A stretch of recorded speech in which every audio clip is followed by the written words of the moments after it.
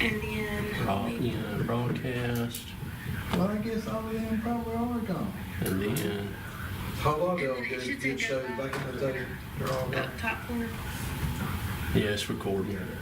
That Okay. comedy was really I'll get on funny. YouTube and make sure it's working, and I'll text you. Okay. Everybody that had these gentle feelings they have now that you go boo they you broke their feelings. Mayor Stevens. Huh? No, I'm not a public. That's bad. Are we ready? I prayed in the car before I came in. I finished my song. All right. Prayed. It's 7 p.m. We're going to call the February 2nd, 2026 Board of Commissioners meeting to order, and would like to start with the invocation. And Commissioner Robinson, would you lead us in that? Yeah. Dear Eternal Father, we thank you for this day, God. We thank you for allowing us to get here safely. Thank you for all hurt, harm, and danger.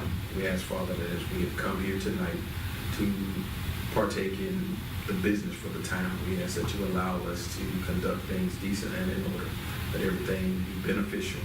In Jesus' name we pray. Amen. Amen. All right, I believe the TA is going to make sure if there's anybody wanting to get into the meeting, they can get into it online. With that said, we will move on to the Pledge of Allegiance. And Commissioner Holmes, would you lead us in that?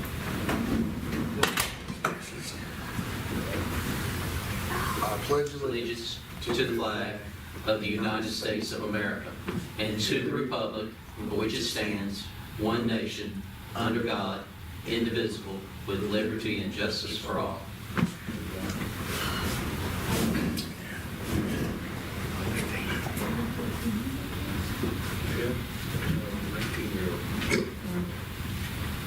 All right, next on the agenda is to adopt the agenda for February 2nd, 2026 board meeting. Make a motion that we adopt the agenda. I have a motion, Second. and I have a second. All in favor? All right, motion passes 4-0. All right, next on the agenda is the approval of the board minutes from January 5th, 2026 board meeting. Make a motion that we approve the minutes from January 5th, 2026. I have two changes. I'm sorry. I just thought about it. One is at the 2/3 of the way down the page. It says at 7:40 p.m. Mayor Johnson, that's how it starts out. It's talking about the Cape Fear mitigation. We had a motion by Commissioner Robinson, and then Commissioner Robinson seconded his motion. And I believe by my notes that I found it was Commissioner Martin that seconded that. But I'm going to ask that we go back and check that out. And I'm pretty sure it's Commissioner Martin based on what I had written down. The second change is on page 2. Second paragraph, the big paragraph, and it says the grant will match dollar for dollar, meaning the town could potentially double the funds and total $600,000. The first grant will be due in May 2025. That should be May 2026.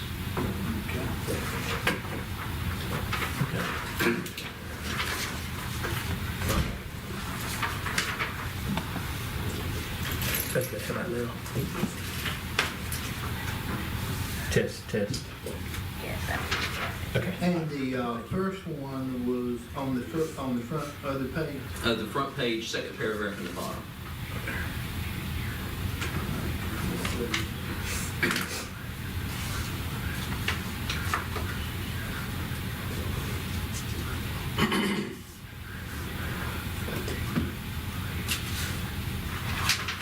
You need a motion for that? I do need a motion once everybody else is good. Motion to approve the minutes as a. As amended, you said. So, Okay. I have a first and I have a second. All in favor, raise your right hand. And the motion passes 4-0.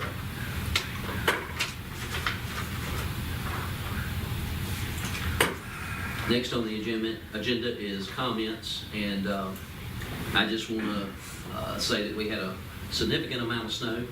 I know the kids have enjoyed it. From what I can see out and about in town, I see several snowmen out today when I was checking the roads. I think we got somewhere between 6 and 12 inches. Not sure what the actual count was for Princeton.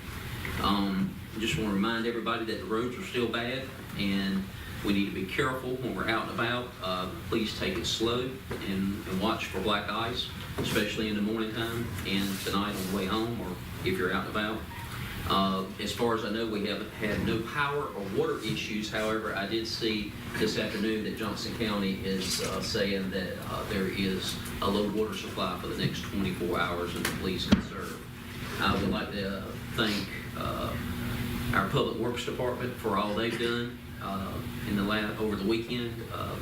They've been on call and been coming in and out as needed, and the sewer plant has been performing as it should. So I would like to thank everybody for all they did. Is there any comments? No, I wanted to say that thank you to the town as well as staff, the public works staff, for all that they've been doing all the time, but certainly this weekend as well. And to all of the emergency services that are in full force right now. And you know, there are people who, for whatever reason, need to get out, whether they actually need to or not. And all of those who are in emergency services are on call doing their job, and I'm thankful for them doing that. Anyone else? All right. With that said, then we're going to move on to public comments. Do we have any public? We have two online. Would either one of them? Let me run to the other computer. Sorry, I can check it. He seems to be a little busy. A May to everyone says no comments. Okay. I don't know if she was considered what he meant by One of the two. one of the two, but she says no comments. Okay, thank you, Matt.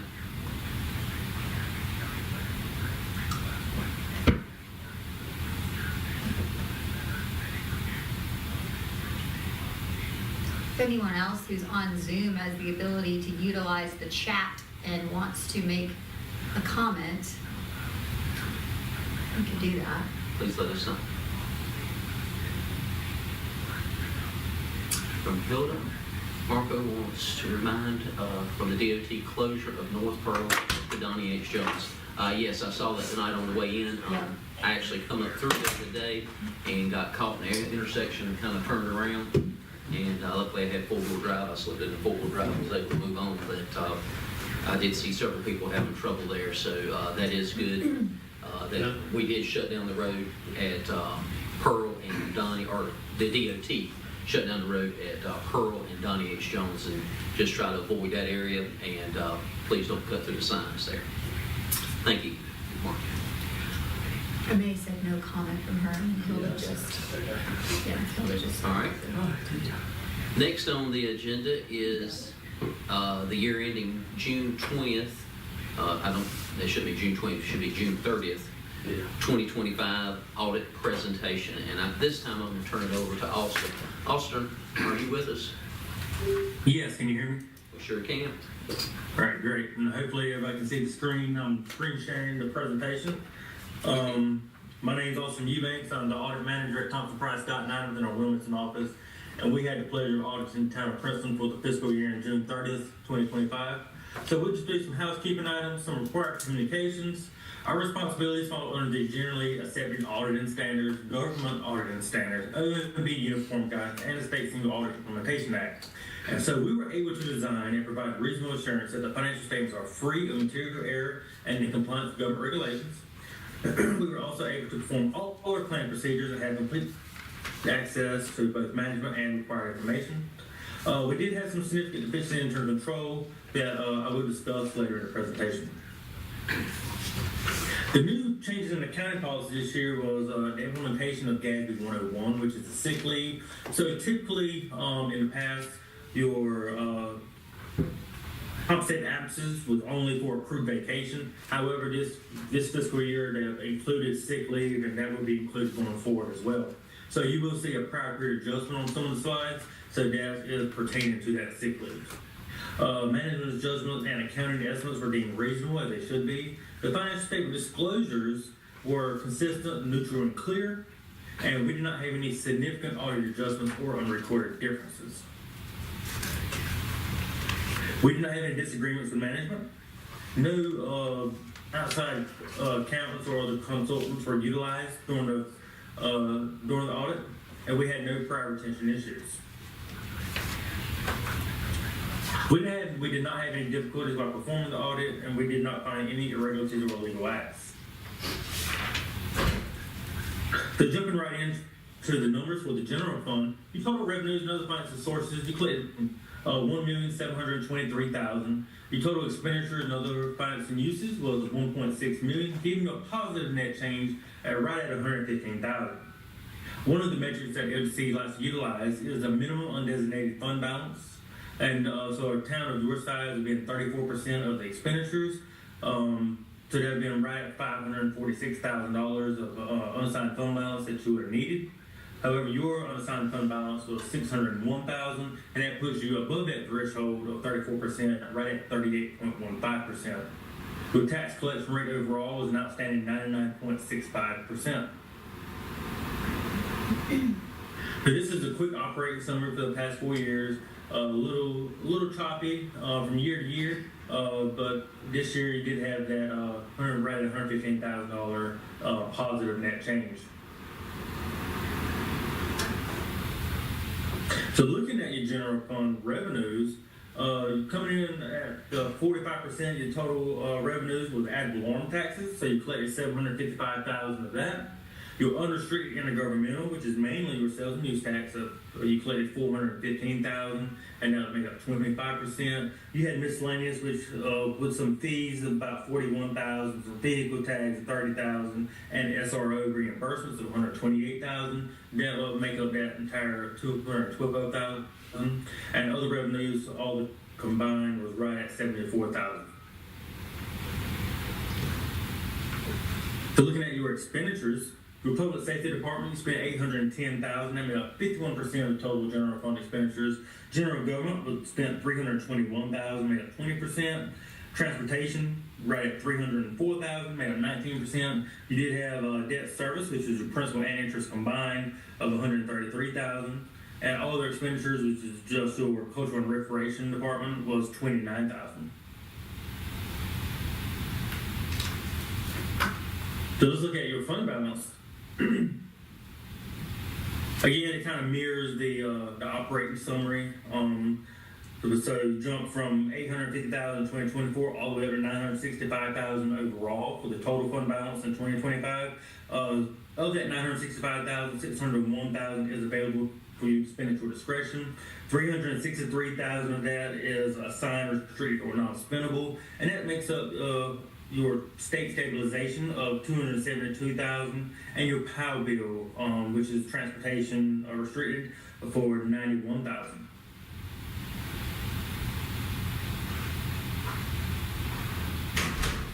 So moving on to that metric that I mentioned a little bit earlier, that fund balance available as a percentage of general fund expenditures. Again, reminder that minimum threshold is 34%, and you're sitting at 38.15% right now. So basically, this metric means that if you were to,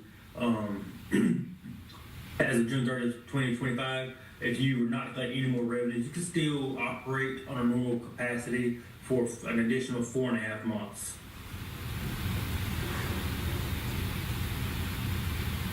So moving on from your general fund, you had your Golden Leaf Drainage Fund. You did not have any activity in this fund this year, so leaving that in that position at $10,487. Your Community Building Project Fund, you had total revenues of $235,000, expenditure of $280,000, giving you a negative net change of $45,000, bringing that net position from $435,000 down to $390,000. Your Economic Development Fund, no activity, so that net position still remains the same at $315,000. Street Paving Project, just as you had expenditures of $10,230, bringing that net position down to $0. Go with Beaver Dam Creek Cleanup Phase 1, you had total revenues of $44,759. No expenditures, bringing that net position to $31,844. The Phase 2 cleanup, total revenues of $68,692. You did have some total expenditures of $197,000, giving you a negative net change of $128,978, bringing that net position to a total of a negative $145,022. So all your non-major governmental funds combined, you did have total revenues of $2,100, bringing that net position to $22,987.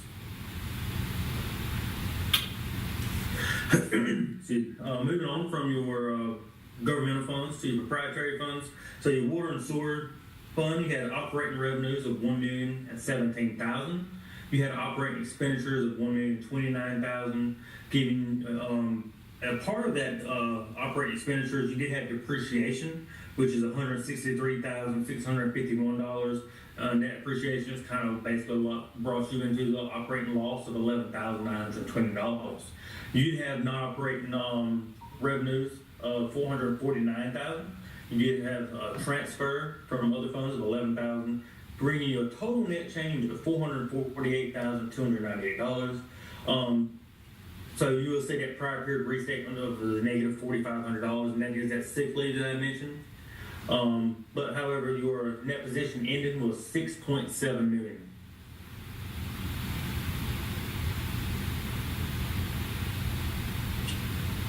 So let's look at your analysis of cash on hand as of June 30th, 2025. General fund, $91,000 restricted, $677,000 unrestricted. Golden Leaf, $10,487 is all restricted. Building project fund, $390,000 restricted. Economic development grant, $315,000 restricted. Beaver Dam Phase 1, $31,844 restricted. All your non-major funds combined was $28,000, and that is unrestricted. Water and sewer fund, $113,000 was restricted, and that's for customer deposits. And then you had unrestricted of $2,066,000.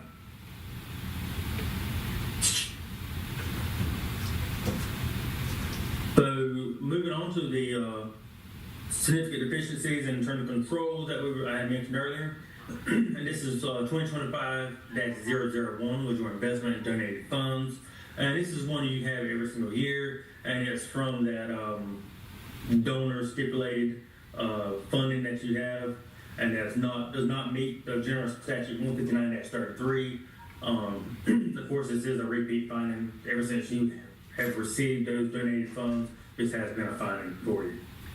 I got something. And we'll be continuing to be a finding if the agency does not change their statute. Yeah, just for the record, it says view of a responsible, can you back up to that? Yeah, okay. It says the town agrees with finding and will adhere to the corrective action plan of this report.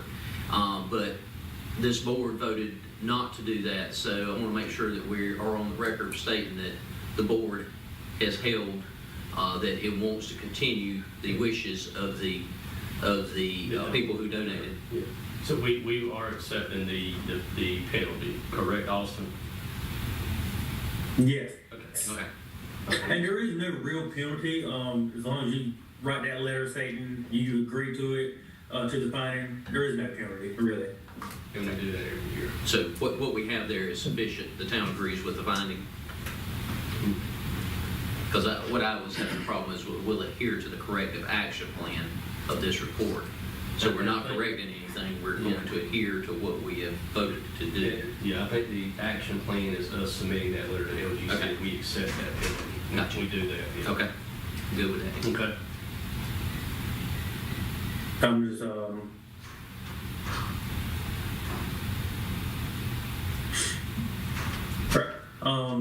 so 2025-002 was a non-compliance with the budget.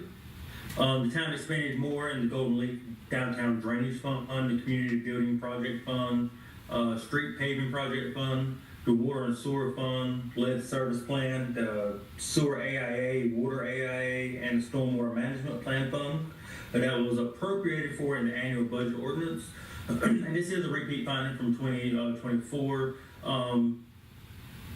So basically, before any obligation is incurred, you need to ensure that before you make those payments or incur that expense, that you need to ensure that you have proper budget in place, that we would not go over that budget. A lot of times, what happens in some of the towns, I would say, they like to almost have a strong cutoff a few weeks ahead of the 6/30, 2025, to ensure that they don't have any additional expenditures going forward, and then they don't violate their budget. That's one way to do it. Another way is, I've talked with Michael about it, is to ensure that you're looking at a budget versus actual on a weekly basis. You know, before you have cutting those checks, or you're starting to plan for the next couple of weeks of what expenditures you're going to have, looking at that budget versus actual, and ensuring that you're not going to violate any of those. And if you are even on the verge of doing so, you need to make sure you have a budget amendment. Amend that budget to ensure that you don't go over that budget. I've got a couple of questions, if you can back up to that. So what is triggering this? Is this when you come to do to look at the budget at the end of the year, we did not have these accounts set up in the FMS? Or is this, what's causing this to trigger?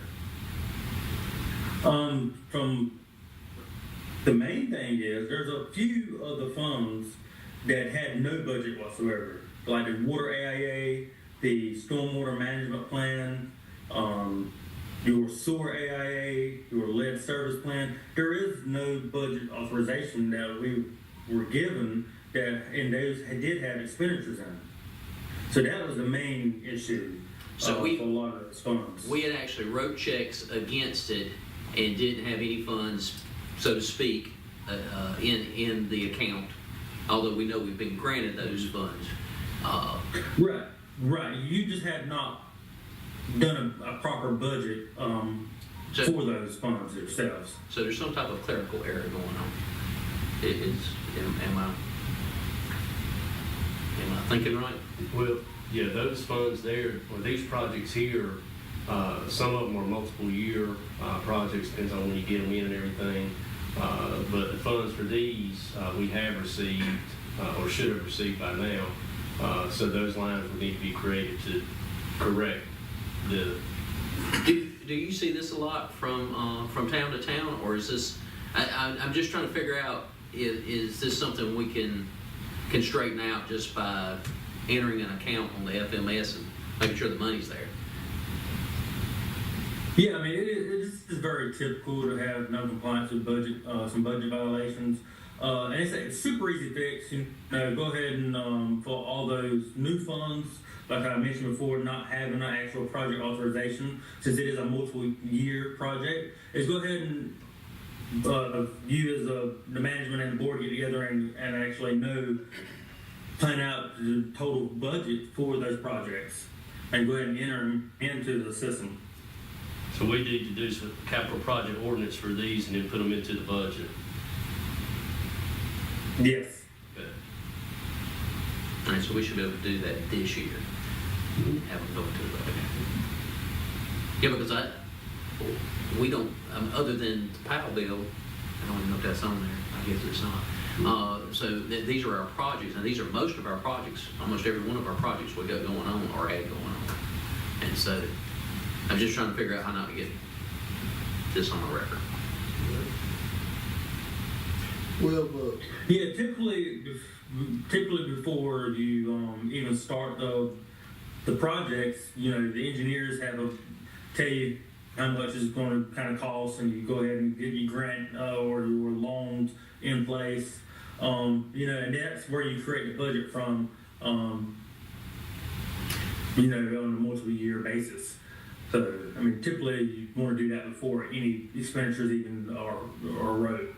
on some of these, don't we have to spend the money first and then they refund That's us? what I was gonna There, say. there are some that are reimbursed. I know,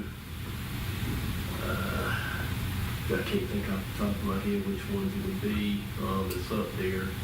What's- Well, it's like the community building. I know we had the funds for the community building. They Yeah, were and here. that Street paving is a loan.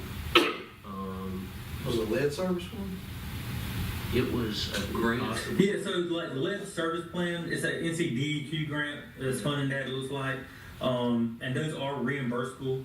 Yeah. But I think- if you already know how much the grant you're going to receive, you can still budget for that ahead of time.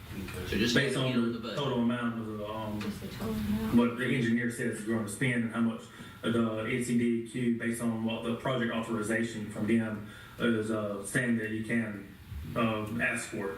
Okay. Okay.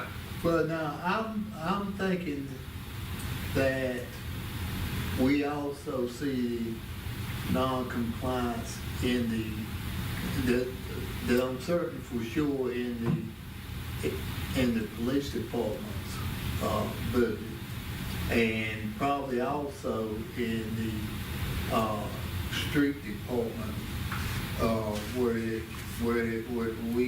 where we such as last year, we went back at the end of the fiscal year and made a number of budget amendments.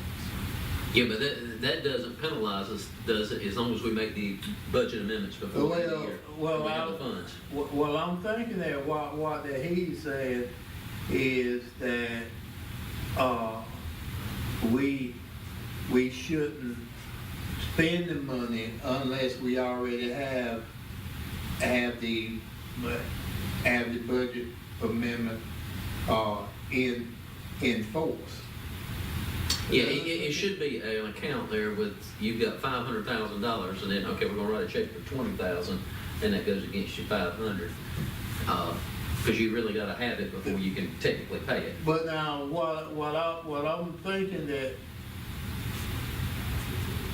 is actually going on, that some of the time we are, that we surpass our budget period, and we're either moving funds from the general, mostly moving funds from the general funds to pay. Yeah, we have to move money around to make, because we can't, it's our best guess on the budget, obviously. And so we're moving money so we don't not have something funded. Yeah, a lot of the projects that we do are reimbursable, like the signs that we did at the end of the road, for example. We had to pay for those, submit, and get reimbursed, which I'll explain in some of the budget update tonight when we get to that part. But a good portion of some of the projects we do are reimbursable. When we have to prepay, and then we usually get the money back within 30 days or less. But I think what he's saying is we can add a budget line item. Yeah, And once we get I think all it is on our end, and correct me if I'm wrong, Austin, is that we're just clerically not taking care of something and we get dinged for it I think because once we're we writing get the- checks. Once we get the notice of award from whatever agency and everything, we can go ahead and create that line then and put that. That's right. That's right. Because obviously when we do budgets, we might not have known about the Sure, sign. yeah. So now we have to add it to our budget if that's happening this year, so we add that and then we put the amount that we're getting from it into that account and then we'll offset it with journal entries, Okay. I think. All right. Yeah, that's correct. You got it. He's got it. I think we're good. Correct. Significant deficiency of material noncompliance, 2025-003 was the timeliness of the LGC 203 report submission. So this report should be submitted so you have a report date of December 1 and a June 1. The June one should be submitted by July 25 of 2026 or 2025 at the time. And it was not submitted until September 4th.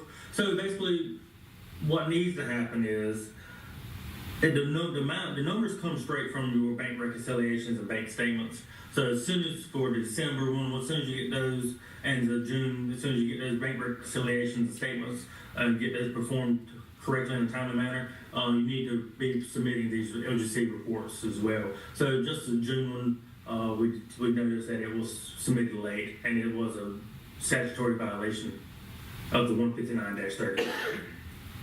All right, do we have that? So talking with Michael, I think that he's going to correct that going forward and make sure that these are performed in a timely manner. Stick that on the calendar. Yeah, I've already done I one know the there this reports year. are all hard to get in. I have to keep up with them too, so. Yeah. All right. So 2025-004 is a significant deficiency for failure to perform reconciliations of significant accounts, and those significant accounts that we're referring to is your credit cards. So there was a lack of ability to reconcile the credit card statements each month. So what we found was once we started requesting some of the month's credit card statements, there was missing receipts and there was no reconciliations done. So we recommend just should always be a receipt for every line, every transaction on a credit card. For us, we don't think you should be paying for receipts from the credit cards if there's no receipt to pay for it, just verify by whoever it is. And each month they should be reconciled to the general ledger. Those statements. So we need to be seeing on those receipts. Typically, you want to see the town administrator Michael's signature on those. That he reviewed them, and the department head needs to be signing off on those receipts to ensure that he or whoever it was verified those receipts as well. And it was a correct expenditure. And also, I'm gonna say on just a copy on that was to let the board know that some of the receipts that were missing was when Buddy left. We could not track down those receipts, and then we had an issue with PD that was addressed with one of the uses of the credit card on a training exercise that they went to, had lost some receipts, but we have addressed that with the PD as far as the ones where Buddy left. We just could not track those down.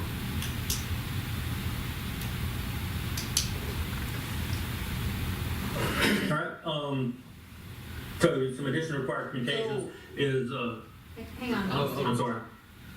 So, why was Buddy been using a credit card? He was public works supervisor. Yeah, but, I mean, why not just get a, Authorization. right, Well, they have their own budget, and even before I come here, Chad and Sutton had their own credit cards and used them. So I just followed that same procedure. But he had some that he just did not put receipts in. Do they have to get a PO from you to use them? Yeah, but, There's a separate- yeah, that's what I'm wondering too, why wouldn't we, just be getting a PO instead of using a credit card? I mean, we can do that, right? We can look at some options, but it depends on where we're getting stuff from. Their limit on the credit card is what? 2,500, I think Public Works and PD's is 2,500, and then of course we've got the one for the tank. Are they using the credit cards to fill up trucks? You know, we have fuel man cards with Handy Mart. That's a different line item. So credit cards are used for out of town expenditures when they go to a hotel, food, or if they purchase stuff online. A lot of Amazon purchases, or machinery for Public Works, etc., or equipment or whatever for PD is when we typically use credit cards. I'm gonna email a template that we use at work, that we fill out every month, that's really helpful for all of us that have to use credit cards on how we, and we take, I'm good, I take pictures of it too, instead of trying to keep the actual receipt. I just, as soon as I get it, I just take a picture of it. It just makes it easier. Let me ask you a question. With that one particular credit card, could we go back in the credit card history to see what purchases were? Oh, we've got that, we've got the statements and all, but we have to have the actual receipts, and we can't. Or like problem if it's Walmart or Amazon, I mean, it's not gonna show you. Yeah, The ones with that employee, we can't find them within the PD situation, we address one-on-one.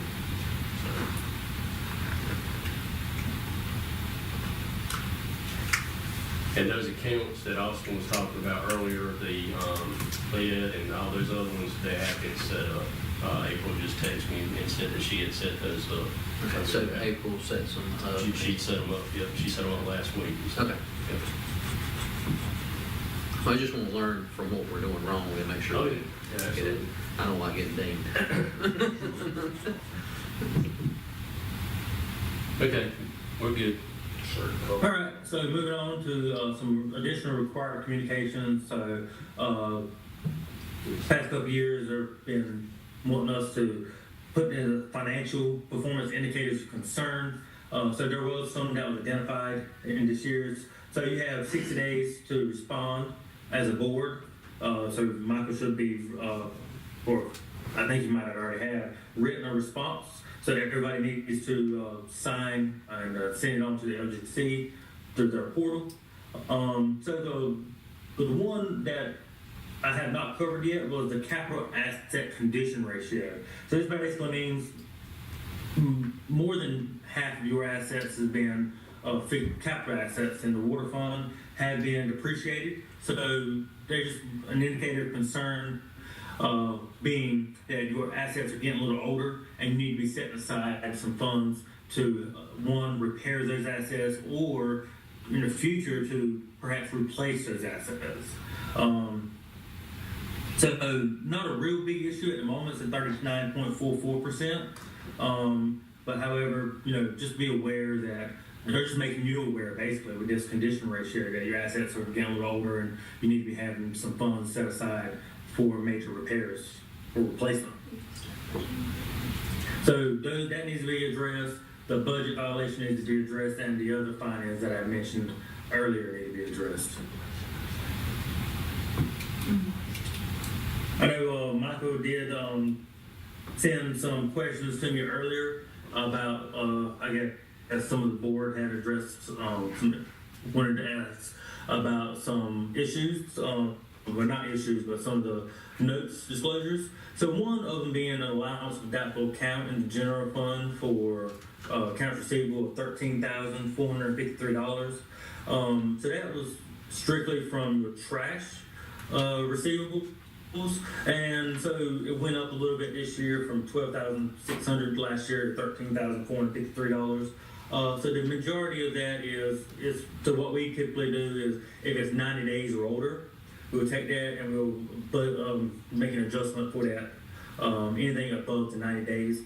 So you most likely will not receive that money, and we did not want any kind of nets it against the receivable.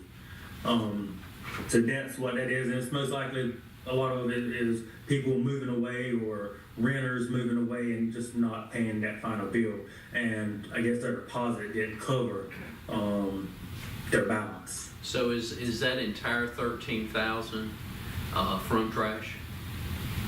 Yes. So we typically we'll make an adjustment for trash, but that was the general fund side, and then we'll have a one for the water and sewer as well.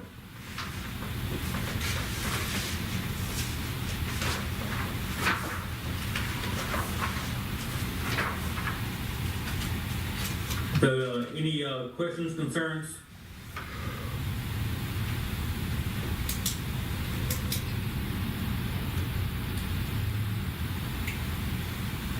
I noticed that our water and sewer fund accounts receivable under doubtful accounts had decreased this year. It appears that it has decreased. They actually increased a little bit. The allowance did from $12,600 last year to $13,453 this year. Okay, but that's general fund. What about water and sewer? I'll pull it up right quick and I can tell you. What was your question again? Water and sewer fund. Last year that was growing exponentially, was growing pretty quick. Oh, yeah, right. And So, last year, for the water and sewer allowance was 68,000. This year was right at 59,000. So it did decrease by about 10,000 or 9,000.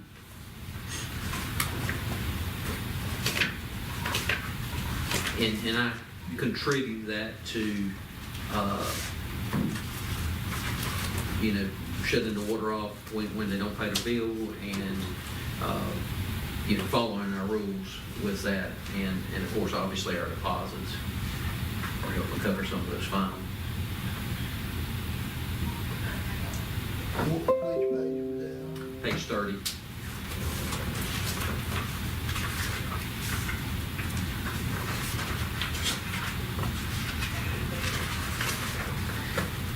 And I would ask, Michael, that you take a look at the trash and let's figure out what's causing that, because we don't want to see a loss. We should be able to collect. My question is, how are we not collecting that when it's in with the water and sewer bill? I think it's just, as they say, when we've got a deposit for water and sewer, we don't have no deposit for trash. So if they walk away the last month, then you lose $30.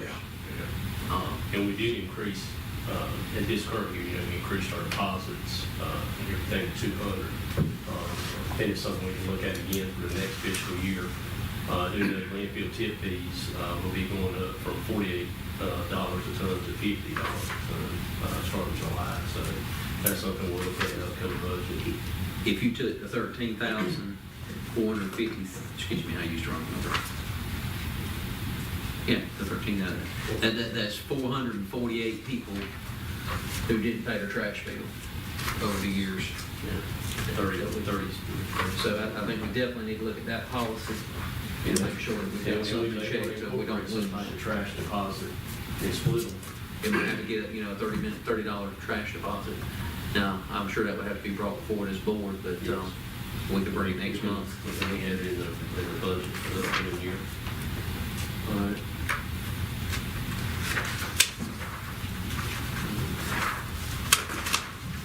I'll be really quick, make sure I didn't have anything else written down. Any additional questions? We're all looking through our papers. Yeah. Give me just a minute. Making sure I didn't.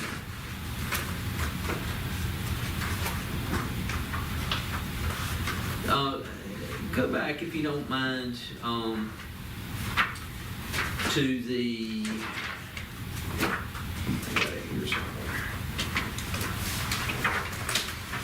to the 38%. I know your financial highlights, and it says that in 2023, I have in 2023 that we were 51%, 2024 we were 24%, 41%, in 2025 we were 38% of total general fund expenditures for the year. And you said 34% was kind of our trigger point? Yes, sir. Okay, so I'd just like to point out to the board that that has been decreasing.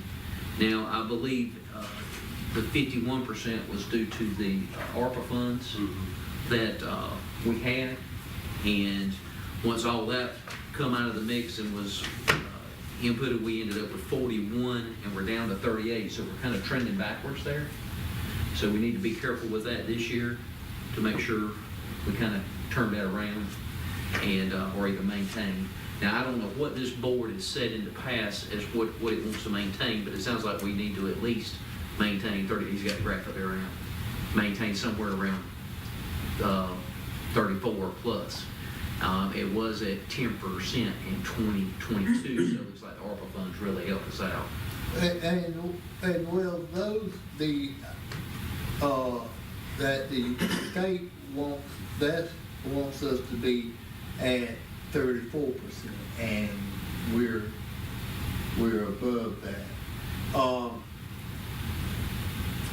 And so I'm not sure that it's actually trending down, that I'm thinking that that the 38.15% is probably the real numbers, because it was jacked up with the ARPA fund Right. before.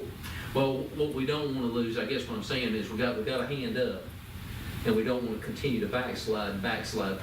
44%. Right. So we need to look at stabilizing that. Let's stabilize at 38% if we can, and Right. then maybe we can grow it a little bit. Obviously, the bigger this number, the healthier we will Right. be. And so we want to be healthy.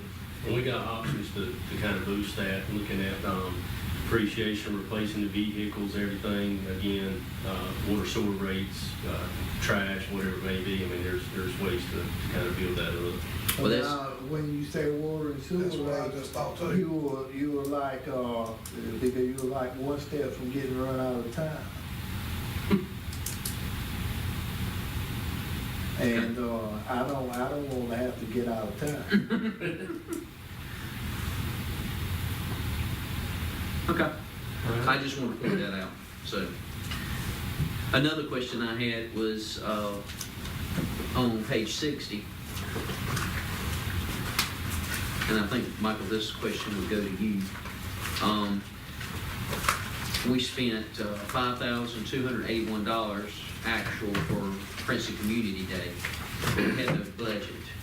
I thought we allowed a budget or had some type of budget.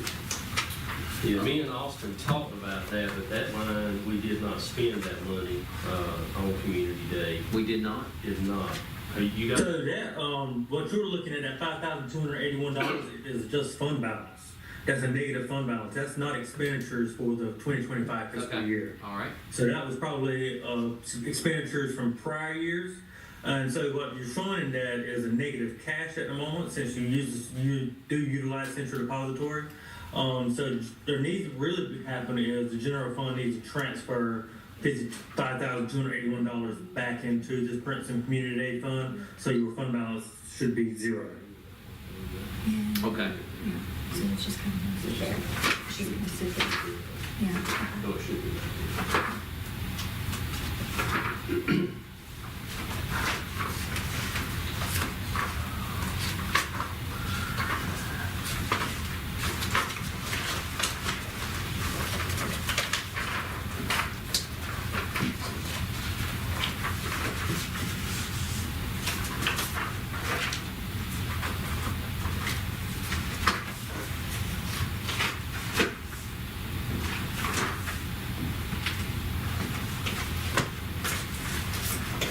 All right, is there anything else, or?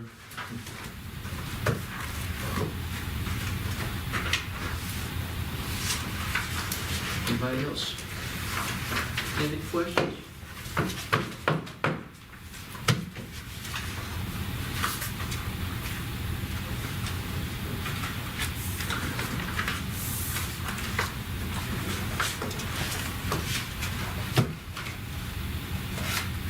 And one of the, I don't know what page it is, but, one of the, things that gets us in trouble is the, fact that we are not able to, what's the word that I want to use? That whenever we are doing the billing and the cash in, cash out. The that- segregation of duties. Right. Yeah. Financial officer Right. piece, yeah. And that's tough in small towns, when you have limited employees,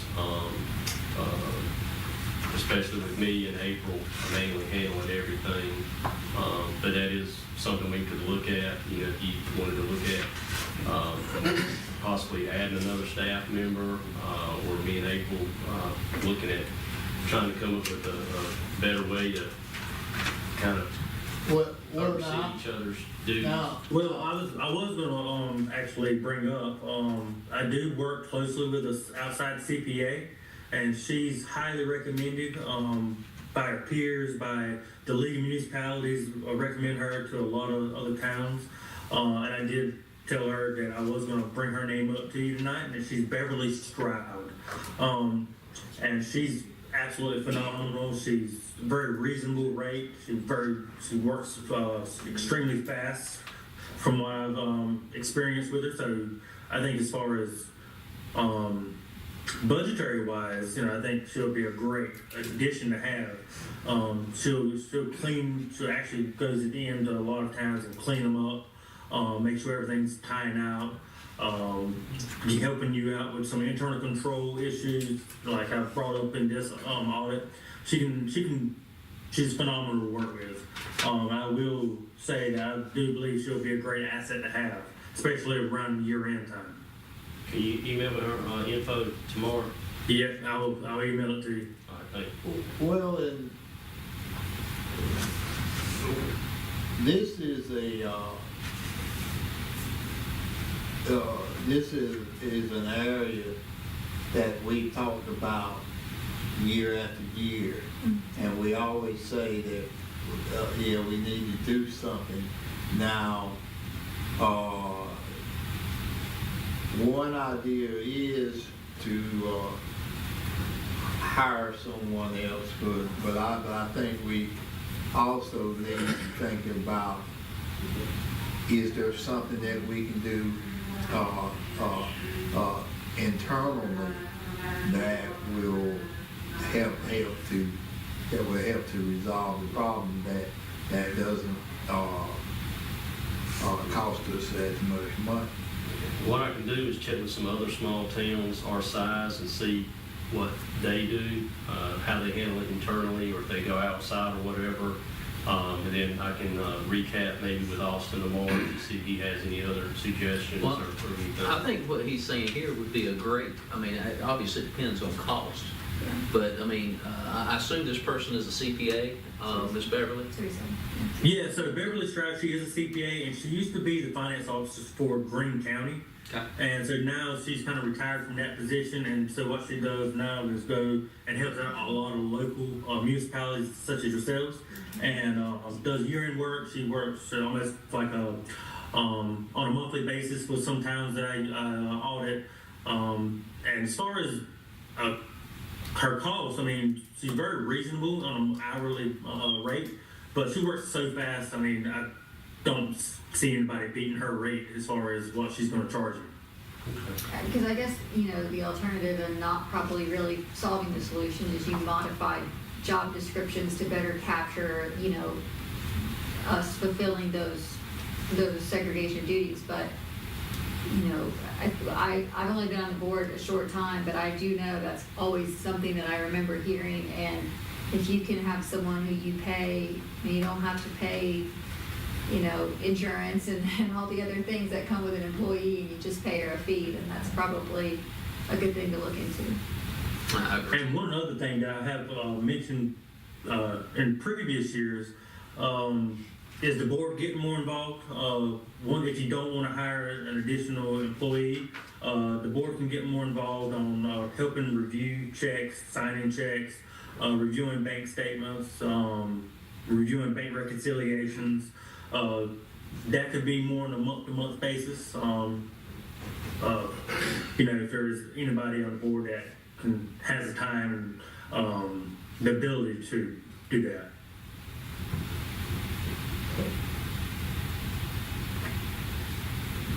All right, I have changing subjects. Everybody's done with it. I got one other question. I'm going to be quiet.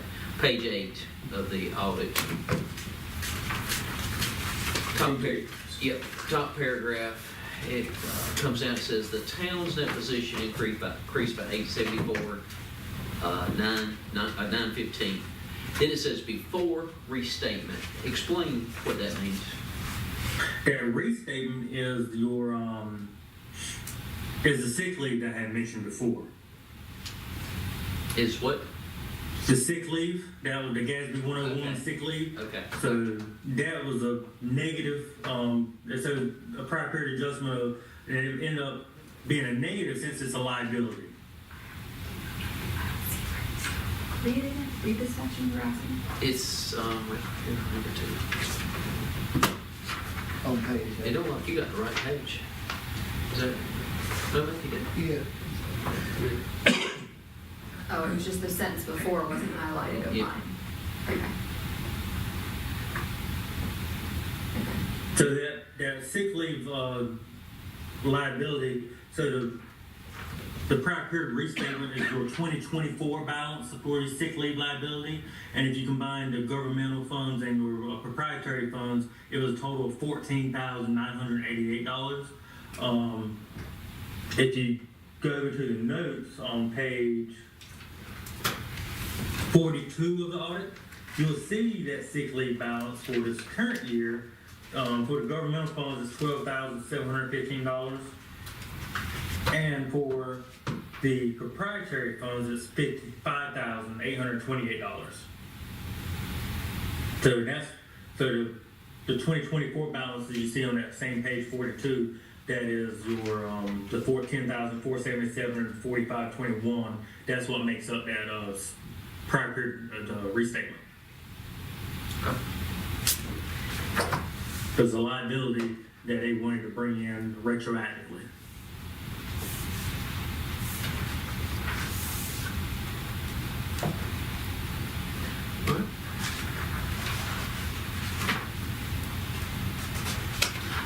One other change I did see on page 2 under commissioners. It should be Walter Martin. What is his name? Walker. Texas Ranger. So if you can make So that the name of, under I'll look it up on the under commissioners, it should be Walter Martin Jr. Correct? okay, we can make that change. Here's like first page. They usually mess my name up, but they got to get this on. Well, I say page 2, it's the second page. Have a page You don't have a number. page It's number. like, it's just the second page of the packet. Oh, okay. He hit the K instead of the T. Yeah, That's, but I want it to be right for future. Any other questions from the board? For Austin?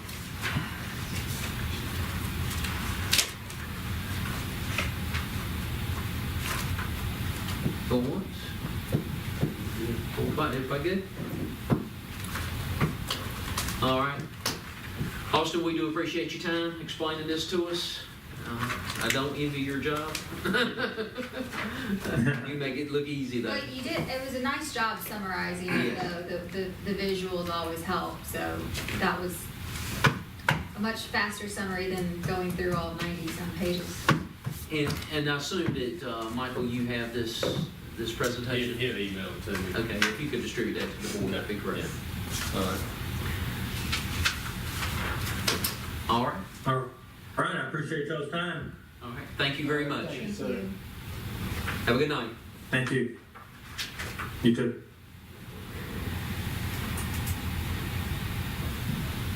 All right, next on the agenda is the budget, Got to set down. oh, yes. I'm sorry. Moving right along. All right, so we need a motion to accept the audit. I'll do the motion. Okay. I have a motion. Do I have a second? Yes. I have a second. All in favor, raise your right hand. And motion passes 4-0. That's the audit. All right, next on the agenda is the budget, fiscal year 26-27. We're going to do a mid-year update, and I'm going to hand that over to T.A. King. I did leave a handout for everyone tonight. Is that different than what's in our packet? This one was, this is a different one. I just made videos of each sheet. But is this the same as that? That'll replace that next. Okay. Yeah, you got the sheet there? Yes. So the one that was in our packet is, So this I've left tonight. I don't think this was in your packet. If that wasn't, but this was. Yeah, So but, is this the same as what's? yeah, I'm going here? over this sheet right here Okay. first. Oh, But I'm this sorry, has- is that, this this has is the changed. community. That has building. changed. This That's is up the to date. community Yeah. building. So this is just a sheet with some yellow highlights. and this is the same sheet that you sent us through email? That's an email. Yes, sir. Okay. Basically, these are some of the projects that we have going on in the general fund. RC2 grant alignment, Again, this is a project that we had to pay for to get reimbursed. And all the expenses for this project have been submitted, and as of, I think it was Friday, I want to say we probably received 95% of reimbursement for the RC2 grant, which was the 2 signs and then the Park and Rec master plan, which would be offset with fee in lieu from Parks and Rec as well. Public safety, we do have, in that line, we do have on the expenditures for supplies. They are over budget on that. And the reason is they had to purchase 2 rifles for the SROs. But the win on that is we budgeted $128,000 for reimbursement for the SROs. But we got approved for $140,000. So that $12,000 surplus will cover the difference in the rifle and the ammo that the police had purchased for the 2 SROs. Emergency repairs and maintenance. Let me ask you something about that, because I talked with the chief a couple weeks back about his dilemma that he was sitting on again, officers having a large amount of comp time. And so one of the things I suggested to him was that in anything, since they had raised that we actually should use that money to pay down the comp time, because otherwise that money is coming out of the general fund. All right. But didn't we do that? We did that one time. Yeah, and what the issue is, Can't get nobody to work these extra shifts, or some of the shifts. right, that they're accumulating all of this time, and a lot of it is going towards whenever the SROs are out, and when they're out, that they've got to have somebody in there, and this is where the overage is taking place. And it's do what I'm finding out just by talking to different agencies. You know, a lot of officers don't want to go and get, the extra.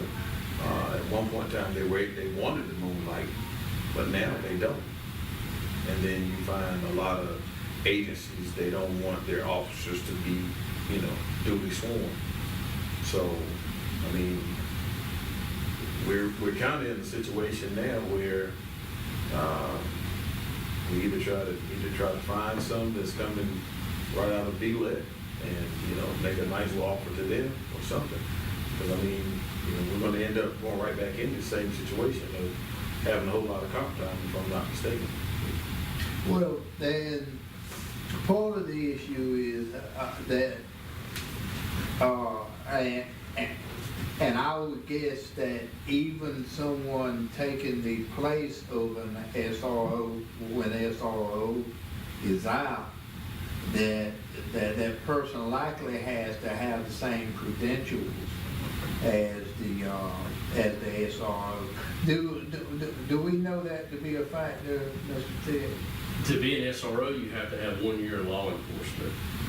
Was that your question you were asking? Well, I was trying to understand your question. yeah, no, it's a little bit more than just the one, because they've got to have. Well, they have to have 1 year of law enforcement, be a law officer for 1 year, but once they can go ahead and do the SRO, but they have to have the SRO training, I think, within the first year of SRO, as being an SRO officer.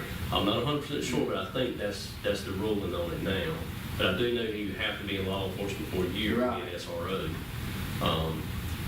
and everything. So, talking with the chief, he had mentioned switching the duties up and rotating to like a DuPont type schedule and pulling the night guys, putting them on days on nights and rotating them. I don't know if he's gonna do that or not.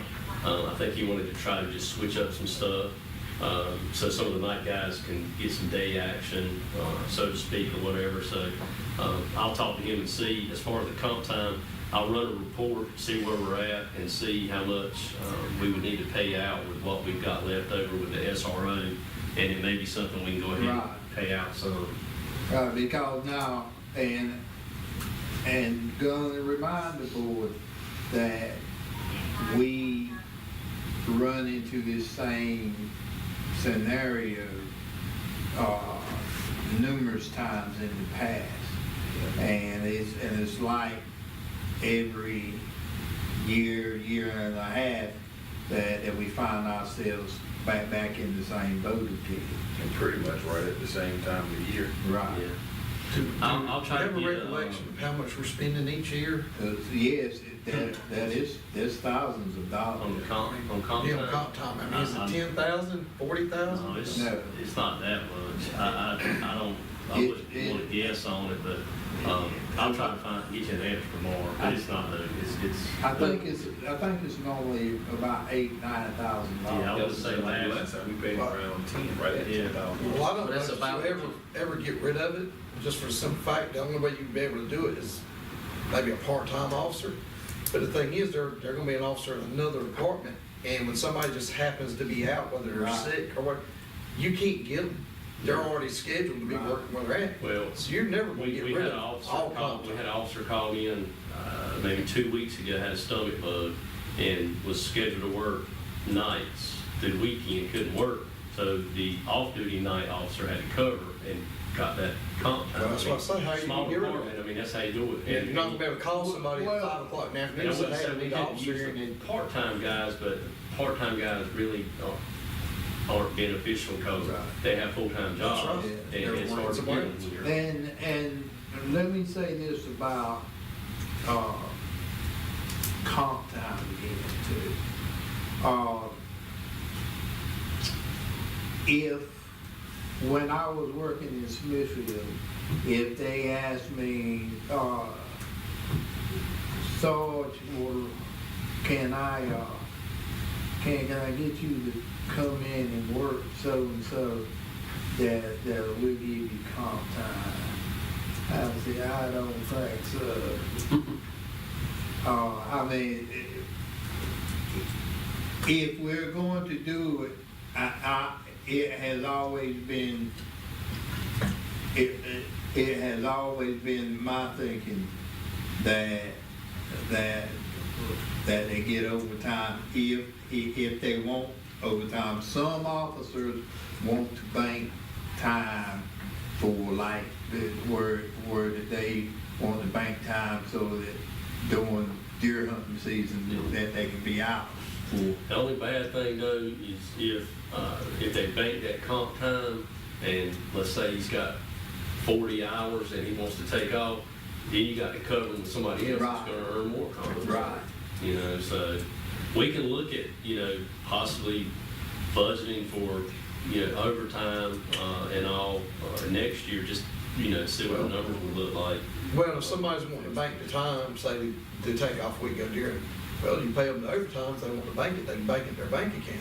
Yeah, They need to save up for it and take a week off. you take They their don't have personal vacation time, they get a week off, they don't get paid. Yeah. We'll look at some options. I'll talk with Chief on it and we'll try to get something on it and send out some updates. So are you gonna figure out how much comp time you got right now with the police department? Yeah, I don't really think it's much. The only one I can think of that's got a lot of comp time is probably Willie. Everybody else should be okay.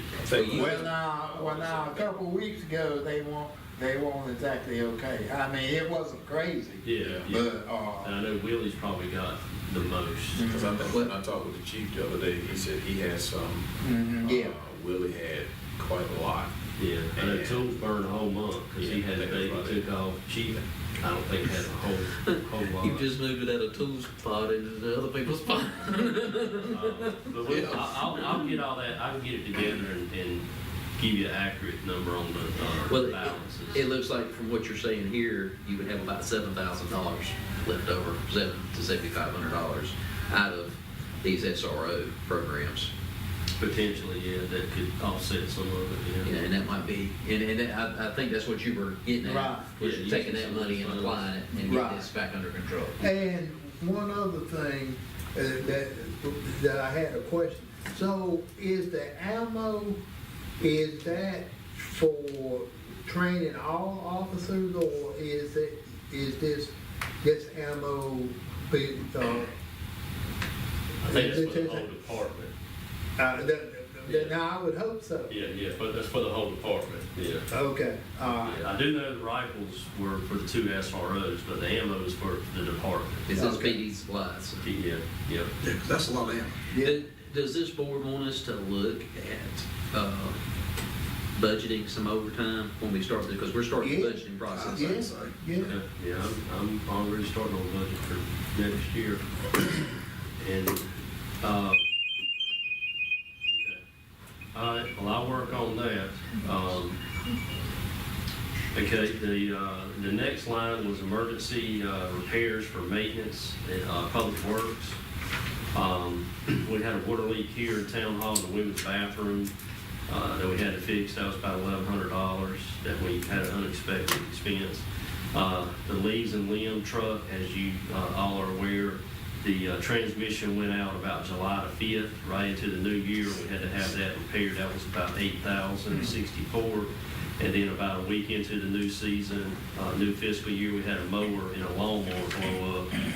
That was $1,821. So that was about $11,000 expense that we really hadn't planned for in public works. On the water and sewer side, One second. I had made a note, and I feel like everyone knows this already, but we just really look at during budget time, either allocating more towards maintenance of these vehicles or start budgeting to fund some type of, I don't know, we're just spending a lot of money. Again, I've been on the board a short time, but I feel like that is just drains us. And I know it's inevitable, but yeah, I don't know. At some point, I think we need to look at our capital upgrading. improvement plan will have some major expenses in it. But we do need to look at, like Austin said earlier, look at some of the depreciation with some capital projects as far as replacing trucks. You know, we've got, told Brian the other day, we've got 4 trucks in Public Works. His is the newest that we bought, the F-150, that's a 23. The rest of them are early 2000s, and I think the Ranger is in the 90s. So we Then buy another one, just like dated. they run forever. We got some dated vehicles. You know, we get hit up a lot about the leaf machine. Why we don't use it? We don't use it because it's broke. It costs a lot. to I've fix. looked at that, you can junk that. Exactly. It's all cases. So, you know, there are definitely some things, and I've had conversations with those, with both departments, Public Works and PD, about updating equipment and stuff, but these are expenses that we just, that happen. Well, It happen. and then we just recently have another breakdown of the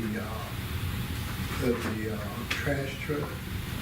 We did, it was About maybe 4 weeks ago. yes, it was.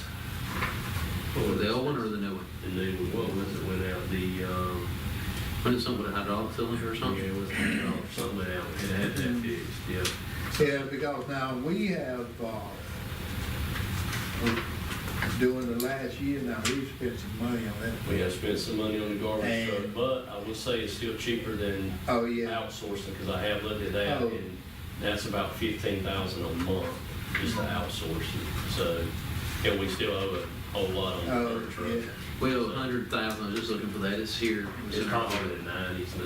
Yeah, it's 104, it's gonna be paid off I in was thinking it was in like the 2-3 upper years. 90s. But yeah, that's just one thing that we need to look at, maybe increasing repair on, or just maybe have it serviced like front and back in one good time. I mean, You're gonna have repairs, Oh. they're gonna come. You know, the best thing we can do if we're gonna continue the trash business is when we get this one paid for, hopefully have another one and dive right into buying another one. And maybe buy a new one this time. But, Well, now, we bought, that one was new. was it brand new? I thought it was used. No, It's a 20, I think it's a 15, Yeah. 14 or 15 model. Yeah, that was brand new. Well, that's good. All right.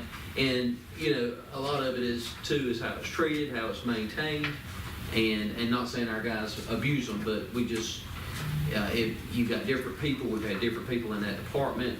We haven't had Brian's been our steady factor lately, but, you know, we went through several superintendents, and it's important to keep everything up and running. You know, things have to be looked after. Yeah, I would think that with the trash truck, that it would be more, it would fall into maintenance rather than people, there's not so many things you can do on a trash truck. When you think about it, it goes 20 feet or 100 feet and it stops. Yeah. And you gotta run all the hydraulics, it goes 100 feet and it stops, and it does it 800 times in a day. And on the weeks it has recycling, it does it 1,600 times. So there's a lot of moving parts there. It's made to make life easy, but there is a lot of moving parts, and things do break. It's an expensive vehicle. I imagine a new one is, we're between $5 and $1 million. I'll tell you this, as much as it idles around town, That ain't good for you. 1,000 warmers, we have a lot more trouble with dev systems on it. But we need to keep, well, I think they're taking care of that now in the federal government. But I saw something on that today. But anyway, I think we need to budget for our downtime as much as we can, or our parts and stuff that we have to buy.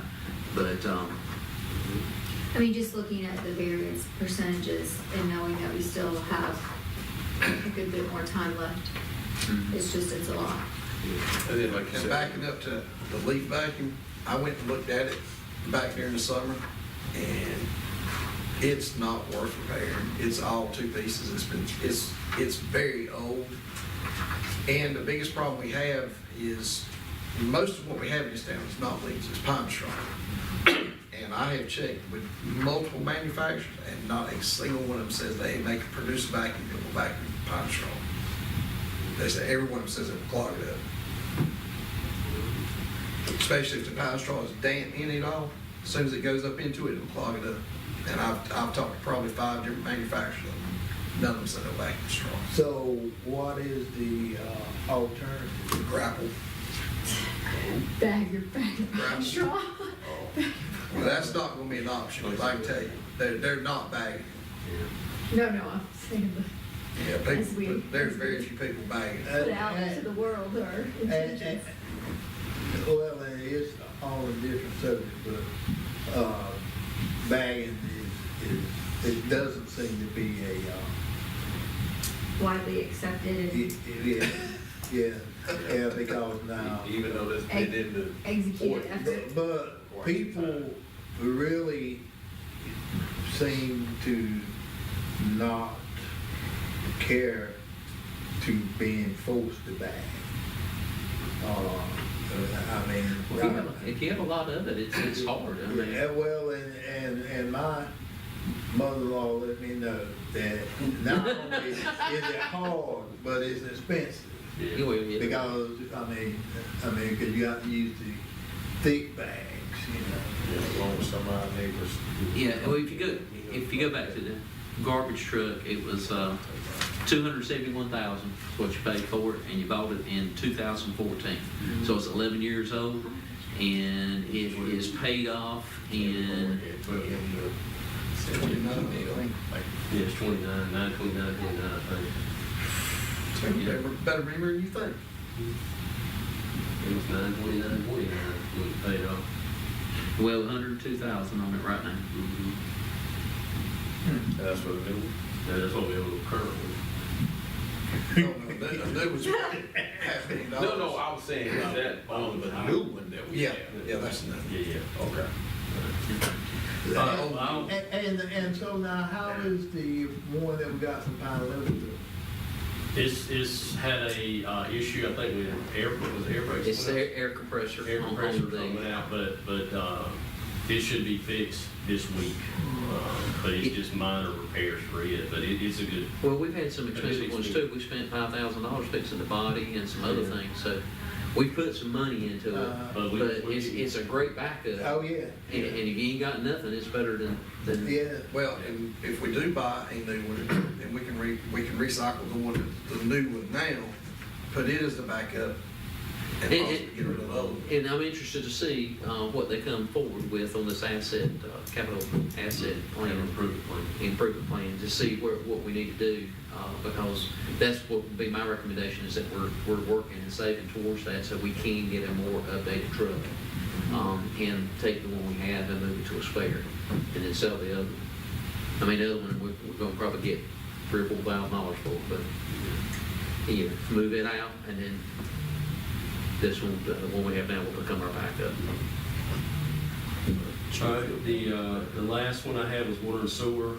We had the sampler that went out, we were renting one, and we went ahead and purchased one. It was about 15,000. We talked with the engineers on this, and this is something that we should be able to get reimbursed through the wastewater treatment plant expansion project. They're very, very, very confident that we can, but we needed to have this sampler. We were paying $600 a month, I think, renting one. And so we went ahead and pulled the trigger to go ahead and purchase one. So $7,200 a year. And then chemical costs have gone up due to inflation. We're a little bit over on chemicals, and we're going to try to get better quotes moving forward this year with the chemicals and everything. But kind of a summary, SRO program, like I said, we've got that extra little bit of money, $12,000 to offset some of those expenses. The RC2 and the Park Rec Master Plan will zero out. The repairs, we have the money to cover it, but if we have to use any type of contingency, we can. And the same with the utility or chemicals, we have funds that we can do budget amendments on to cover it. However, if we had to use contingency, we could. And then you see your general fund contingencies for those two line items right there. So that's kind of a mid-year update on everything for this current budget year. So what is y'all's feelings on the budget? I mean, how y'all gonna make it? She will. Oh, Are we gonna make it? Nah, just give up. There's no action to be taken on this tonight. It's just an update for the board.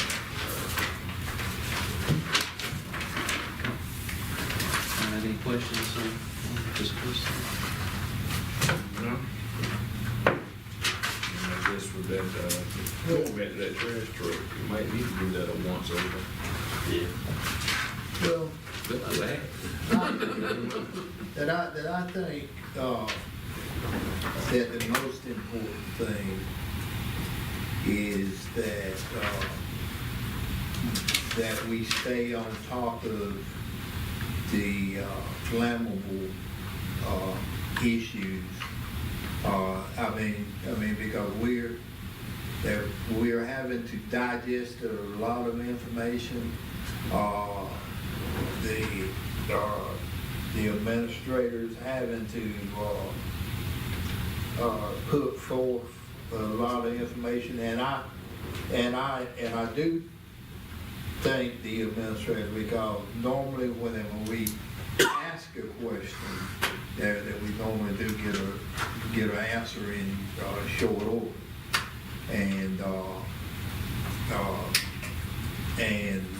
that I'd much rather that be the way that we operate on, because I don't want to ever be at the point where we're asking questions but we're not getting answers. And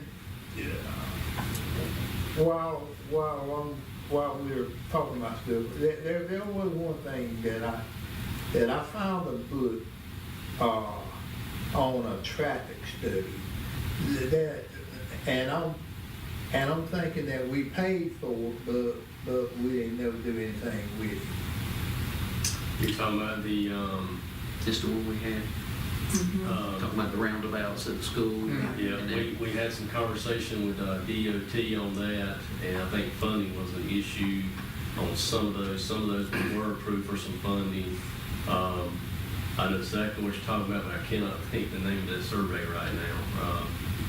There was a book about that. Something, Yeah. something Wood or somebody did it, but, let me check with DOT and I'll get back with you on that and see where we're I at. will say, we were working with DOT on a roundabout for the school, and they come in with some, they met with the school, and the school come up with some improvements. Some off-site, what they queuing or whatever Yeah. they call it. Queuing, Get rearranging people how they're off picking up at the Street school, and they were working on that, and that all come from some smaller kids or whatever trying, I say smaller kids, some children crossing at the crosswalks and almost getting hit, if I'm correct me if I'm wrong.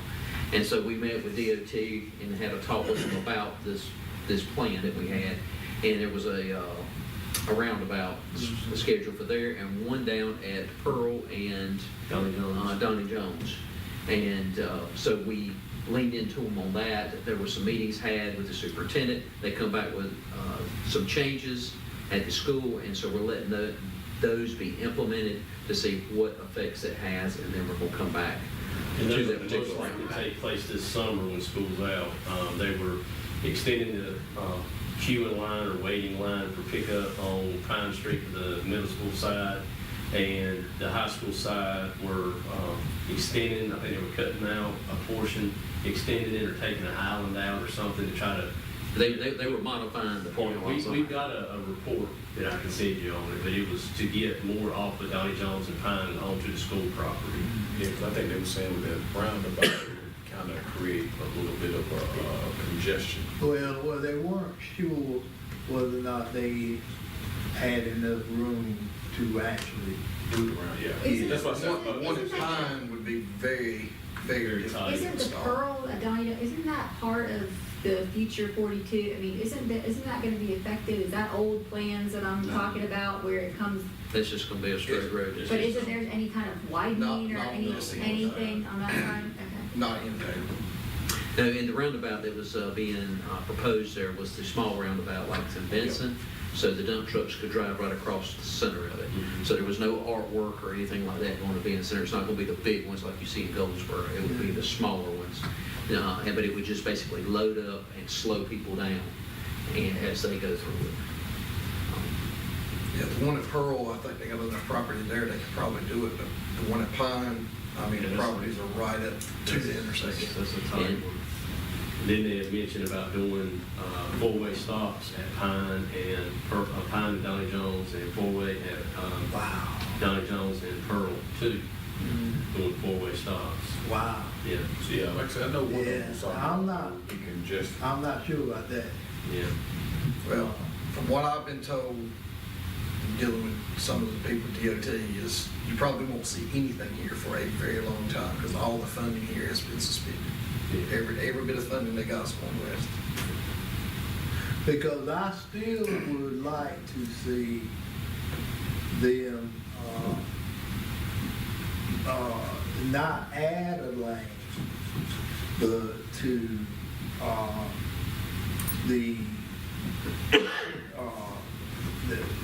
just to make the lane longer, coming out of Hardee's to the right. Yeah. If people were going to either go straight across or they're going to make the right turn, if they would add on to it, then traffic would move You're along talking a whole lot about better. turn right at Hardy's going to Goldsboro? Right. I'll talk to them about that. I know So- they did widen the turn lane off. Right. Opposite side. Cause It's I in the was, median now. Yeah, it's at median now. cause I was thinking that they were gonna come over and do the other side, but they never did. Yeah, and they adjusted the green light. Oh, yeah, For yeah. school times. Yeah, helps a lot. Well, the problem you still have now is people are coming in from that side, and when they get to where the traffic's supposed to turn left, they're still darting out and going around them. Mhm. I just about hit one head up the other Which about is- 2 weeks ago like that. Which is a no-no. Yeah, they do it And- anyway. And I wonder could we get them to put some type signage? So where we're at with that, we met with DOT probably 4 or 5 months ago in this room, and we're talking about what can we do with these 2 stoplights, Bojangles and Hardee's, because of the number of accidents. And they're supposed to be back with us, I believe, in April, early spring. And what they did was put in for several different projects to see how they would score. We actually called them, our meeting was the day before the cutoff. And so Matt Clark come in with a bunch of other engineers, and so we had 6 or 7 of them here. And we worked, and Representative Strickland was here, and we worked trying to figure out what we could do with these intersections. And so they were taking back several ways to fix it, see what they could come up with, and they actually submitted it the next day. But I think they submitted 3 or 4 plans, so we should know something in April on that. Okay. So, but in the meantime, they come in and fixed Hardee's. I say fixed. They made it better. Right. It's not great, but they made it better, and it's better than it was. And they took the median out and adjusted the lights and have done some things. So, a small step, but we need much more. There's a lot of people get hurt out there. I know it's a dangerous area, and they know it, but it all depends on how well it scores. And as Commissioner Holmes said, everything's going to the western part of the state. It's hard for us to score when you're competing against somebody like Charlotte and Raleigh, who have tons of accidents every day at particular intersections. It's not relative to your population at all. I don't know exactly, but the score, it does affect, and a lot of the money goes to Charlotte and Durham and Raleigh and those areas, and those projects get funded before And ours. I've talked with them about these crossovers that they cut off, trying to do something with those, because there's a lot of people actually going into them backwards. Yeah. And I catch that a lot. that's, it is, I go to it's daycare a every morning, major high problem. level, I see it. Oh, It's a major problem. My wife ran into one right there at Deacon Jones. She was getting into the turn lane, turning into town, and a guy come across and met her in the turning lane. And he had to back out into 70. I mean, and it's happening all the time. And I've asked him about trying to put up more of the drive-over pylons they got, little cones up there. Maybe extending the islands where it would be harder to do that. And then like coming off of Donnie H. Jones, when you get to Deacon Jones, there's nothing to push the traffic to the right. It looks like you can line right up where you used to cross. And that's what they're doing. They're shooting over and turning you. And it's not going anywhere so far. And I met with them probably 2.5, 3 months ago. And same thing, it's funding issues. It's more evident now. I came out the other morning, I saw some young kid right there at Old Cornwallis, waiting till they didn't see nothing coming. I was turning out, I saw him shoot back and come back around and go over. Well, you know, that's the problem with the stoplights and the other stuff here. It's not a problem of what's there. The problem is people don't follow directions. They play with their cell phones. They're talking to people when they're driving. They're not paying attention to stoplights. And I don't care what you do to it. You can't fix that. You don't pause, once you get the intersection light turns green, I will wait several seconds, I do too. and then I will go. Yeah. Anyhow, That's just wisdom. That's it, man. All right. Well, with that being said, we're going to move on to item number 10, which is the community center final budget. You can, one that's in your packet, that one is old, and you have a new one that was updated Friday. And if you look through, there was a section of overages, which was a Audio Smith quote. We did go over on that, and those overages were due to upgrading the sound system and the equipment for the library and the community center side that we spoke to the library about, and we felt that that would be a good investment. Increasing the security cameras from 8 to 16 for the whole facility. indoor, outdoor, and then during this time, tariffs were imposed by the government, and then they had some labor increases. So that budget line there was over. If you go down to the bottom, you see the remaining funds of the total project are $1,809.74. There are two disputes with Heritage that we are going to dispute. One is a hand dryer that's noted, and then one is a soap dispenser and a mirror. Those total $873. If we can win that dispute, we'll stick with them, which I feel like we can. That would leave us under budget with $2,682.74. And then this project will be closed out. That's the only, so this is the last bill.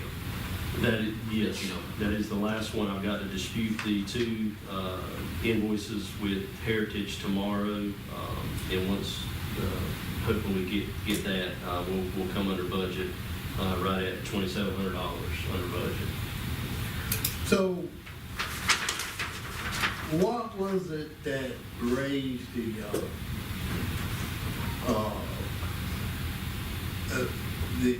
raised us up to 31,380? That was due to the upgraded sound system and the equipment that was put in the library and the community center side, and increasing the security cameras. We had budgeted 8 and went with 16. We felt like that would be more beneficial inside and outside. And then during this time, some of the equipment that he purchased, the tariffs were imposed at that time, and there was an increase. And then, of course, with upgrading all this sound system equipment and extra cameras and stuff, was more labor. So we had that increase of the 11,000 that we went over budget on that.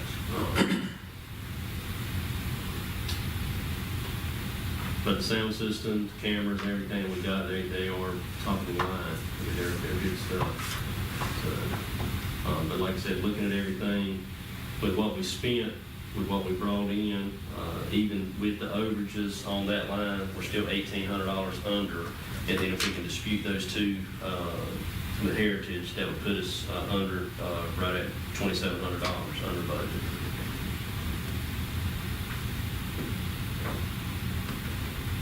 And that would close this project out. And it has been written very, very well, I will say.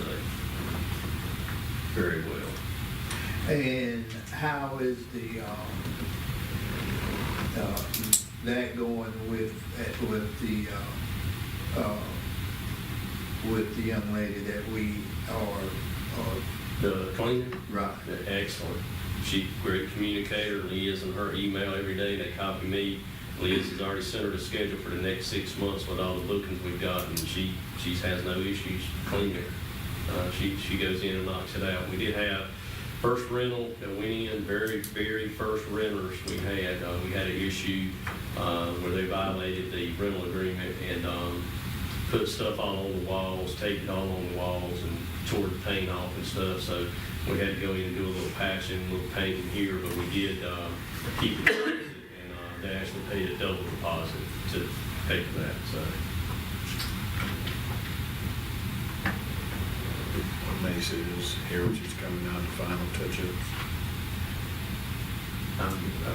I'll get with you tomorrow on that, May.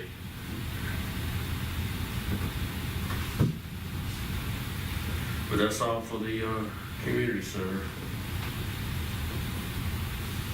Lots of compliments on it. Yeah. It does look nice.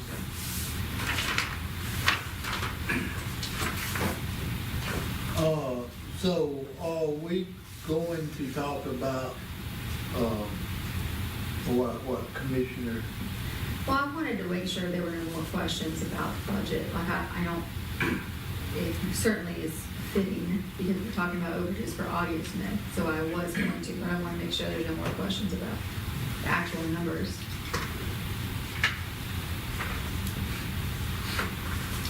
And perhaps it's a simple fix, but can the audio be turned off? Does it have the ability to be turned off? What are we talking about? The audio, sound, the video, the sound recordings. He wasn't on the video. I don't know. Oh, Are we able to turn off the audio recording You talking about on the cameras on the or on the? cameras. Yes, I don't see one. So if it was just a question of, if the library said, you know, we don't like that being on, it could be turned off. Yes, I mean, Yeah. I mean, the cameras are cameras, it's how you set them up. Okay. So it's just as simple as that. That's all I wanted to ask is, As far as I know, yes. okay. What about on the community side? Same thing. I mean, do you have an issue with the community side? I don't, Hold on, what's going on, just so. oh, I had sent an email out just to the board asking them, hey, y'all know that there's video and audio being recorded in here. And the library staff are not thrilled about it, and understandably. And it was brought to my attention about a month ago when they first realized it. And I was told they were gonna come back and talk with the town and understand, why do we need this, we don't like this. I think for a time, they had the ability to potentially disable it, but then that ability went away. And so, just about a week or 2 weeks ago, I was told again that they had to keep it on and that it wasn't gonna be able to be turned off. And it was concerning, I mean, to me, and I don't think there's a person I talked to who I brought it up, and they're like, what? I mean, it's like I said in the email, I mean, you couldn't sit there and have a conversation about the weather without knowing that someone could hear what you were saying. And I said too in that email, I understand that no one is probably sitting there listening to everything, but just the fact that you could if you wanted to. And you said, oh, I know that there's this going on, so I'm gonna go listen in. And it's just, the invasion of privacy is just unsettling, and I think that for the whole building in general. I mean, I know, I'm just thinking, gosh, did I cut up with Jennifer when she was catering the ribbon cutting ceremony? You know, I don't know, it's just unsettling knowing that. And that's separate, I don't agree with it, but that's separate. But the library side, you know, that's a public space where people can come in and out. So you're talking about the patrons who come in, you're talking about the staff members who are there, the volunteers, and it's just, it doesn't seem right to know that we're infringing on their privacy like that. And Well, I mean, if that's what they want, I say cut it off. if it's as simple as that, okay, Yeah, I mean, okay. I say contact John with Audio Smith and tell him he'll cut it off. Cut it off tonight. But now, I would not cut off what's outside. I don't think that's the plan. I would not cut off what's outside, and, you know, we have to make a decision if we want to leave it on the community center side. I think it needs to be left on the community center side. I would say that if the library wants the audio cut off, that they send us something on their letterhead in writing that we can keep on file. Should something happen and a break-in, they don't have evidence they need, they're the ones that requested that. And So- that covers us. So exactly how good is the coverage, as far as the audio picking up people talking? I haven't heard it, I just know I flush the toilet in there, and you can hear it very clearly outside in the library space. I mean, so like, Do you I don't actually know hear how- it in the library? oh yeah, and so like, I don't know how clear it is, but depending on how it is, you could hear anything. But I haven't heard it myself, I don't know the clarity of the sound that you can listen in, but I don't know. I would say, like I said, if they want to cut it off, I'll get with Amanda Moore, just have her to send something to us and requesting to cut the audio off, and that way we've got it. That way, if something were to come up and they needed audio evidence, we've got it documented. And They requested I it. fully believe that they want to feel secure in every way. I think just the audio went a step further than anyone feels comfortable with. Yeah, she says she had the access to remove the audio at one time, Mhm. but no longer has it. But I know that we don't want 5 or 6 people in there messing with those cameras. Sure. We want them to stay set, so the police department has access to them, and they're protecting our property there, so. Yeah. And I don't think they would ever want the cameras turned off. I can't imagine they would. It's just the sound, the audio. Well, I say that's some things. And so going back to my question again, so if you're at the community center, so or does the recording record you any place that you go? This security system is top notch. It has face recognition. It notifies you. It can notify you when a vehicle comes in. If it picks up the plate, it can read the plate for you. I mean, it is top notch. It's Now, not. does it record, like, there's nothing, no access in the bathrooms, there's not in the library, there's not one in their office? It's all in the common areas. On It's the just community, common community center side, it's the common area, the meeting room, and the lobby, and then the library is just the lobby, or their area there is all. May, it's popping up when I see your questions, but I think our last one was, can you hear conversations in the office? There's a door shut, I don't see how you would, because like I said, there's no microphone, there's no camera in But there. I would, Yes, I would, I she would, says yes. yeah, yeah. So- I'd say we, Walter, when you're having a family reunion, and everyone's not, but in general, someone's having a family reunion and they're all catching up about family life, you can hear it. All of it. Should I played our meeting back and could hear it? I say if they want off, let's just tell them to get us something since, it is our system, our camera. May, send Michael something tomorrow, and we'll get that talk. And I'm guessing that we do have the notice. Yeah, it says it on both doors, audio and video surveillance. It's on both doors. And I guess that's why I can rationalize it a little bit better, I'm paying, or someone's paying to go use that space, and they're signing up for the things that come with it. But the library patron, they're just going in there because they're thinking this is a space where they can access resources and have, conversations or whatever. Okay. I'll get with May on Easy. I did not receive that email. Was I supposed to receive it? I just sent it to the people who I thought didn't know. In the future, if you don't mind, include everybody, so we're all up to speed. Okay. I was under the assumption that y'all knew already, so I sent it to the board who I did not think knew. Well, I knew we had recording, Okay. but I didn't know there was a problem. Okay. Yeah. Got it. I'll get with her tomorrow and knock that. Huh? Yeah, I was wondering how come you was sitting over there confused. But I see why now. I thought that the staff and the mayor and everyone here knew. Well, I mean, I knew we Once you did had video and recording of it. Right, but I thought Because I knew we had about 16 this. cameras, but I didn't know there was a problem. Okay. Huh? All right, Get it done? we straightened that out. All right, there was something you wanted to, Yeah, say, I think again. I just wanted to, with your comments, you were talking earlier, when you had your mayor comments talking about the public works and the PD. I just wanted to follow up and say that thank you to, I know they're not here, but thanks to our public works who have been out and about, scraping roads and everything, keeping the plant running during the storm. They've done a great job trying to keep the town looking good, during all this snow and everything. And, we're also trying to do our part here, staff, with Brad and myself, with, staying on top of the ordinances, trying to maintain, the junk vehicles, houses, whatever it may be.